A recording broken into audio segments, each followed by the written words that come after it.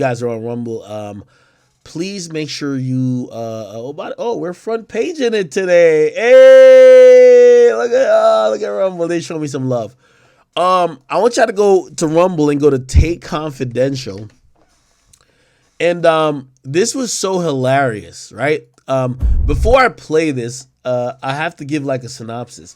Remember a couple like weeks, maybe a month or so ago, I told you that there was going to be a hit piece done on me. And I said that the article was going to come from Buzzfeed News. Now, that was very interesting that I said it at that time. Because eventually the article never came out. If you don't know what that article was about, a young woman who met up with a chat nigga. She met up with a chat nigga, a random chat nigga. And the chat nigga was like, yo, I fuck with Ak, right? The girl was looking for Instagram OnlyFans promotion, so she thought by fucking with that chat nigga, she was gonna get on my platform to promote her whatever she does on OnlyFans. Except she just linked with the chat nigga, and when she linked with the nigga, essentially, according to her, she thought that she eventually was gonna see me. She didn't see me. She eventually had sex with the guy who was a chat nigga. And essentially, she charged the dude $1,000 to fuck, right? How did that happen? She was a dancer also, so she had went to a club. This was during quarantine. The club was like basically like it got shut down, and she didn't make any money dancing. So there was a guy there basically who allegedly offered her money, like, "Hey, listen, y'all, I'll give you some money, like let's just fuck." She was like, yo, I don't know this guy. But remember the chat nigga who brought her out. She basically gave the same deal to the chat nigga. Like, hey, listen, I'm not going to fuck this guy because I don't know him. But I'll fuck you. Just give me $1,000 or whatever the case is. I'm not being too specific.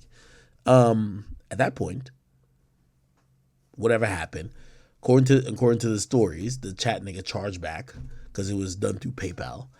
And the woman later talked about it. He talked about it on my stream. And she, because she's desperate for money, she sued me, and she sued the other niggas as well, but she's just trying to get money out of me, right? Now, while doing the lawsuit, remember, I've never met the woman. I've never, I've never seen her in life. But she's filed this lawsuit and attached me to it because she wants to get money out of me. Before Christmas, they came to me and they asked me for $300,000 to settle. They're like, hey, listen, we will cancel this lawsuit, give us $300,000. That was so disrespectful to me. I've never met this woman. I've never seen her in life. I've never had sex with her. Why the hell would I pay her $300,000? And this was her thing. She said, I defamed her. I said, no. So I told my lawyers, because I had to get lawyers. I said, no, I'm not like, I got to stick on principle. Like, these women just think they can stick up dudes like me. I'm not going to do it. And, yeah. So here I would make it full circle. They had told us, if you don't agree to the $300,000 before New Year's Eve, so they came to us around Christmas, and they say, if you don't agree to the $300,000, what we're going to do is we're going to go to the press. And we know you're famous, you're public, you're a public a person. We're going to embarrass you. And we're going to possibly put some stories in the air that maybe you can lose some jobs and lose some work. And you lose money, and maybe you lose more money than you could have paid to us for us to go away.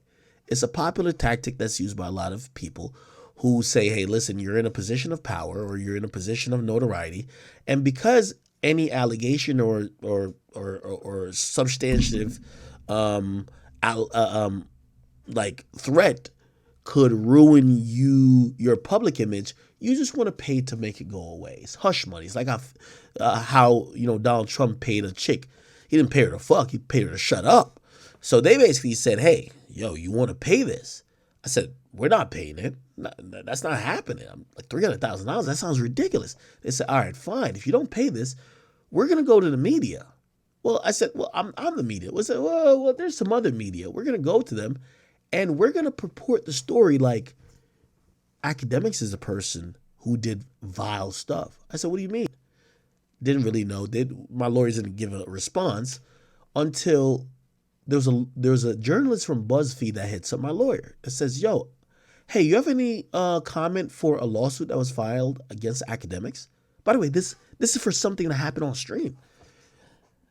So my lawyer said, what are you talking about? They cited the court case. They said, hey, from what we got from the defendant, they said that Akademiks lured them to New York to have sex with a random guy under the impression that they would do an interview with Akademiks. Also, there's a video of it. So Akademiks is indulged in revenge porn. Now, they use some of these trigger words when they asked my lawyer for comment, which, by the way, is exactly the reason why that woman's lawyer tried to stick me up for $300,000. They're like, you don't want the headline that says Akademiks did revenge porn. That could make him look like a creep. So they wanted me to pay $300,000 just not to get the headline. So BuzzFeed News comes to my lawyer.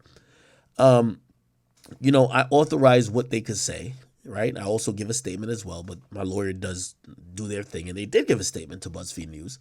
I never met the woman. I never had sex with the woman. I've never seen the person in life.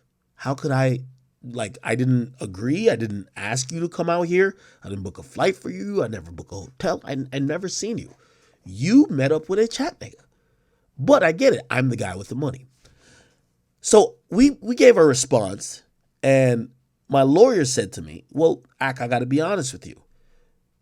And my lawyer's, it's a huge law firm, but, I'm dealing with a woman. There's a woman who was heading up my legal fight. She says,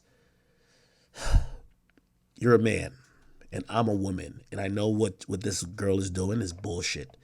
She's trying to stick you up because you're popular. And we get these cases from time to time. I know you don't want to settle because they asked me, do you want to settle? I said, no, I'd rather waste $200,000 than settle with this person. Because if you open Pandora's box and allow people to think that you're a free bag of money that they could come get, it will never stop. And my lawyer said to me, well, are you okay with them trying to put out purport a narrative that's not true? Because they were going to try to purport a narrative that, this is what the headline said when they emailed my lawyer. Hey, do you have any comment for an article that Akademiks lured a girl to New York? Think about the word lured a girl to New York for a member of his chat nigga organization to fuck. And he then indulged in revenge porn. It sounds so horrible. They was like making me try to sound like R. Kelly. So it's like my lawyer basically saying, yo, do you just want to pay? Do you want us to negotiate? Like, you're not going to have to pay $300,000. But by the way, these people were probably good with getting $50,000. But I couldn't pay $50,000. Like, paying $50,000 for someone who was lying on me just felt like, bro, why am I even doing this? Like, if a woman could just pop up and make up a fucking lie and I got to give $50,000. Granted, they're asking for $300, so that was their ceiling. We could have came down, but I told my lawyer, do not negotiate. We can't negotiate with thoughts or terrorists, none of the sort. And I said to my lawyer, I said, yo, I'm gonna go to my audience because my audience knows me. I'm not the most perfect person, but they know I'm not a piece of shit. And when I mean a piece of shit, I'm not a fucking rapist. I'm not a scumbag. I'm also not like an abuser, nothing like that. I tell people the truth, and they know me more than sometimes I know myself. And I said, let me tell them the truth and I will not get extorted because that's extortion money. And I came to y'all, and I don't know if y'all remember, I came to y'all and I said, there's going to be an article published. And it's only going to be published because I turned down. I'm not paying these people $300,000. I'm not doing it. So let me just tell you what they're going to say. They're going to make up a lie to say that I lured somebody here or whatever. I don't know the person. I never told them to come. They only spoke to me once ever, and it was after they got here and fucked the guy. They were like, hey, I'm mad at you. And I'm like, yo, what are you talking about? They were like, yo, wasn't I coming here for you? No, you weren't. So anyway, I came to y'all and I told y'all the truth. And I told my lawyers, I said, one thing I know about my audience, they respect the truth. That's why even the whole thing with me and my ex, I don't care, man. Like, I can expose anything about me. Like, I'm going to always get on this shit. And when I'm looking at this camera and I'm talking to this mic, I'm going to just tell the truth. And you can say whatever about me. You can say I'm a simp. You can say I'm a bitch. You can say whatever. But the truth is always going to prevent somebody like me from getting extorted. And I told y'all, and I think y'all understood. And I was preparing for the the article. It was there is a lawsuit already. We filed our counter. We're hoping it gets dismissed. I'll let you know. And also, about it, the reason why I responded to is like, I ain't trying to have nobody Tasha K me. I got money in. So, you know what I mean? Tasha K broke. So, like, with Tasha K, they're asking for money she don't got. I got it. So, I got it. Whatever. And by the way, once we win this lawsuit, we have all plans to get the money back from her. Don't worry. I'm going to show you how we're going to do it. I'm going to do some 50 Cent shit. Don't worry. Anyway, I was waiting for this article to come out. I said, okay, they're trying to shame me. I'm waiting for it. Like, I told my audience already, like, I was honest, but we know how it's going to look. The article never came out. And I found out why. Because these organizations, like even how the journalists from Buzzfeed came to us, one of these woke motherfuckers who trying to like be like a little feminist motherfucker, like, did you on a subtle level make it feel like this woman should come out here to fuck with your guy? Like, no, I didn't, motherfucker. But of course, they're like being super woke. Anyway, long story short, BuzzFeed News gets fucking shut down. You know why? These woke motherfuckers who have made a career and got their height at this whole Me Too movement. When the Me Too movement is a great thing when you have real people who are doing like disgusting shit, but then y'all take it too far when y'all try to get everybody. Oh, hey, you catcalled. You're a bad person. That's fucking dumb. So what ended up happening is that BuzzFeed News basically gets canned. Like, BuzzFeed News is no more. So the journalist and whatever article that was going to come out never came out. I was wondering why it never came out till I realized BuzzFeed News shut down. Then I realized, BuzzFeed News, which dragged media into the digital age, shuts down. Fucking done. Rest in fucking piss. You know why? Y'all operate on this woke agenda. Y'all followed these nefarious stories. Even, we work with that journalist and we gave them more than overwhelming proof. How are you going to write an article about me and I've never met this woman? I've never met her. I never told her to do nothing. I never talked to her before. What are you talking about? But they were about to run this article on me. And I don't know, I want to say it's God, but it's like I'm now believing this whole thing. You go woke, you go fucking broke. So these companies who built their whole thing on trying to bring down men or bring down people, especially when it's bullshit. I'm not saying there ain't people who are predators and people who are weirdos and people who need to be held accountable. But some of these organizations turned into, we are cancel culture. Let's find a reason to cancel anybody of importance. So that shit bit the can. It's no more. By the way, they're all in a SPAC with Complex. Complex is down fucking bad. They're broke. I don't even want to get too much into it. I'll probably, just remember I said this, I'll double back about what I hear about the state of Complex and Buzzfeed. They're all together. But they're not the only people in media who have chosen this go woke thing. If you don't know Vice News, somebody who at a time when I was getting at two of their people, two bum ass niggas, what's these niggas' name? Desus is like Donkey and Shrek. It's like, who these fucking niggas? Desus and Miro?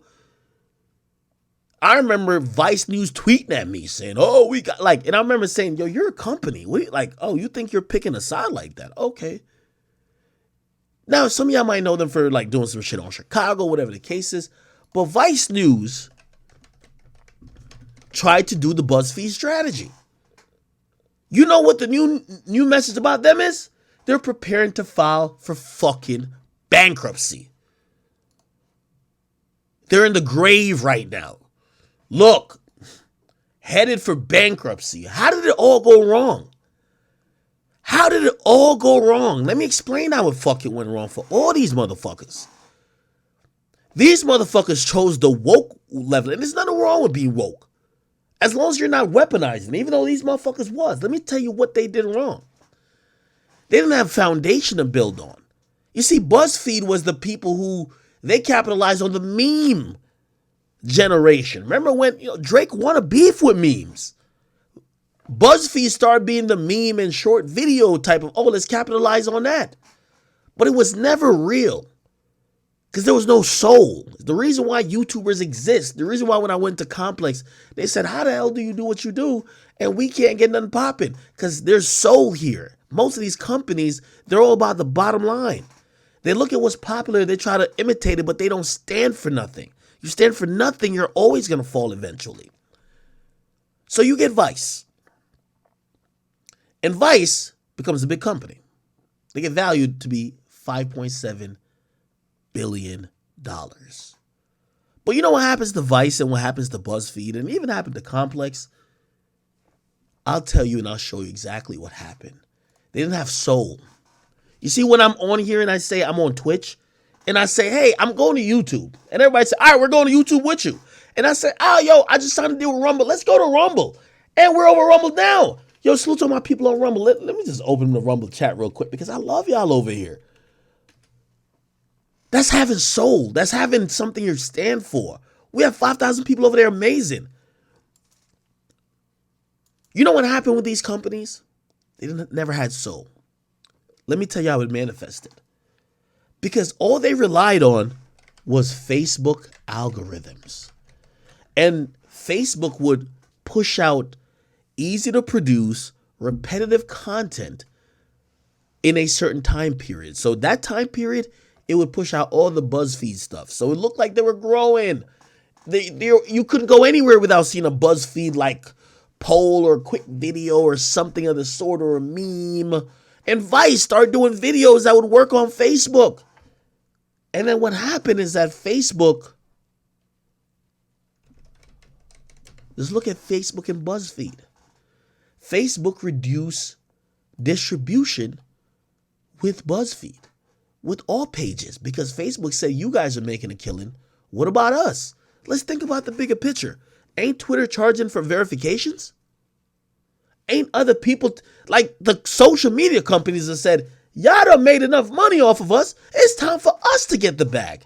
They've reduced everybody's output. So you get BuzzFeed on here. 13 million people follow this shit. 13 million people follow this shit. Yet if you look at one of their articles, they got 28 likes. YouTube flicked the switch.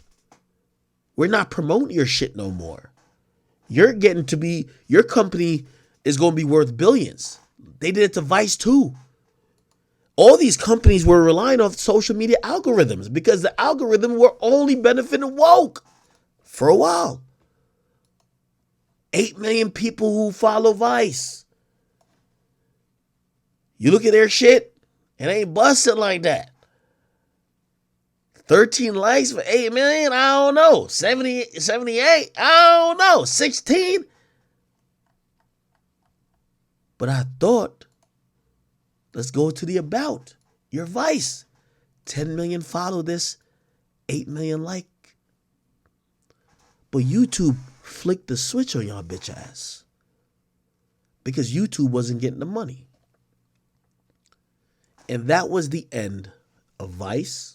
And that was the end of BuzzFeed. So I had to give you a backstory before I got to this point. Because BuzzFeed was dead in the water. You see what they were trying to do to me. But Vice actually did a little bit, they got a little headway. Vice was looking around and they were saying, who could we get? Who would woke culture want us to tear down? And at a point they said, Andrew Tate. Let's take Andrew Tate's platform. Let's do a documentary on him. Let's portray him to be the piece of shit that we all need to hate. They did it. And right before he went to jail, a lot of people said, oh my God, it's kind of exposing the truth about Andrew Tate. Now, some people push back and say, nah, it wasn't. Look a little funny, like y'all are twisting the facts and portraying it away. But remember, they're woke. Andrew Tate is bad. Now, I know a lot of people didn't expect for Andrew Tate to get out of jail, but he did. The landscape has changed. Remember, I told you Facebook cut the lights off on all these little woke platforms because the woke platforms were just operating. That's why they're mad at Elon Musk. Elon Musk changed the algorithm for Twitter where it doesn't only favor woke people. So they're like, what? It's been favoring us for like the last 10 years. Like, well, why are you changing it up? He's like, oh, fuck y'all niggas. Then Facebook changed it up, and it's not because Facebook don't want to be or Meta don't want to be cool with the woke people. They're just like, what about our money? We losing mad money. We got to lay off 10,000 people. When we gonna get some cash? So the guy who did a hit piece on Andrew Tate